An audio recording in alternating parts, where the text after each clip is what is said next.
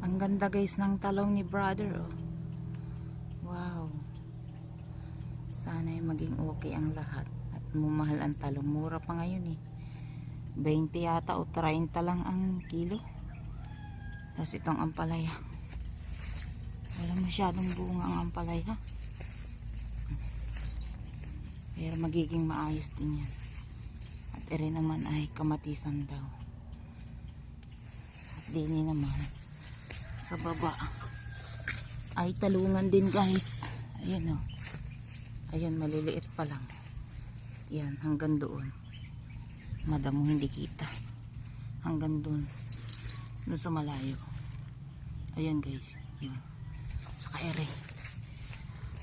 Ay, ang buhay. Ang buhay namin ganyan guys sa probinsya. Paano-ano lang. Patukod-tukod. Ayan. Hanggang doon sa dulo yan.